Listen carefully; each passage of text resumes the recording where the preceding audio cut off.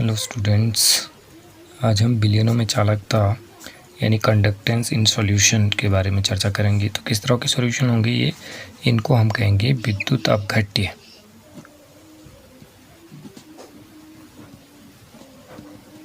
विद्युत अपघट्य क्या होते हैं? ऐसे विलयन जैसे कि ऐसे मान लीजिए कोई सब्सटेंस है, इसमें हमने NaCl मिला दिया, तो ये क्या होगा, इस Na और Cl में टूट जाएगा, इस तरीके से टूट जाएगा, Na+ और Cl आयन में टूट जाएगा। तो इस तरह से इनको हम विद्युत अपघट्य कहते हैं।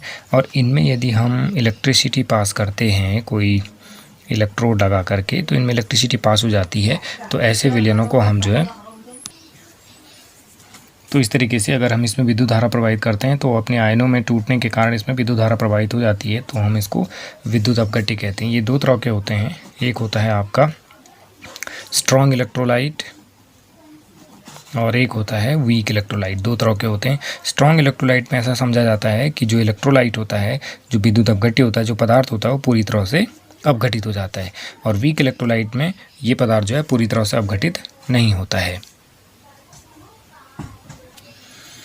अब चालक और विद्युत अपघट्य में क्या अंतर है? विद्युत धारा, पहले चालक का देख लेते हैं। चालक का मतलब यहाँ पे मेटल से संबंधित है आपका। ये मेटल मतलब जो धातुएं होती हैं, तो उनमें विद्युत धारा कैसे बहती है, और जो विद्युत अपघट्य होते हैं, इस तरह के जो विलयन होते हैं, उनमें विद्युत धारा में, दोनों में क्या डिफरेंस है? तो जैसे कि इसमें लिखा है हमने, विद्युत धारा मुक्त इलेक्ट्रॉनों के कारण बहती है।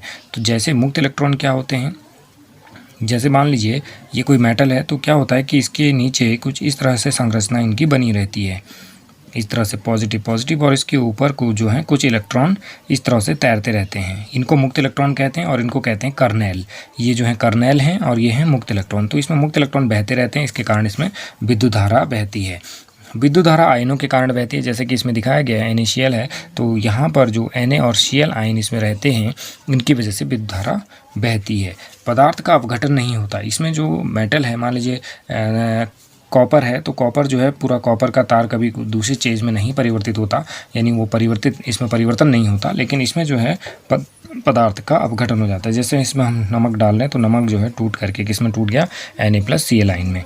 यानी जैसे हम NaCl होता है, तो वो किस में टूट जाता है, Na+ और Cl- में, इस तरह से ये टूट जाता है। तो यहाँ पर अपघटन होता है, यहाँ पे अपघटन नहीं होता। इसमें प्रतिरोध कर्नेल और मुक्त इलेक्ट्रॉनों की अन्योन्य क्रिया के द्वारा उत्पन्न होता है। यानी ये इस पर जो है, इसके सरफेस पे जा रहे हैं, तो ये अन्योन्य क्रिया इनके बीच में है, तो यहाँ पर जो है प्रतिरोध उत्पन्न हो रहा है। किसके कारण? इन कर्नेल के कारण। इसमें प्रतिरोध विलेय यानी विलेय और विलायक, मान लीजिए ये हमारा जल है, तो जल के अणुओं और NaCl के अणुओं के बीच में या आयनों के बीच में जो है आपसी इंटरेक्शन के कारण जो है प्रतिरोध उत्पन्न होता है। विलायक अणुओं की अन्योन्य क्रिया तथा विलायक की शांतता पर भी निर्भर करेगा। यानी लिक्विड कितना गाढ़ा था या कितना कम था, उस हिसाब से भी इस पर जो है फर्क पड़ेगा।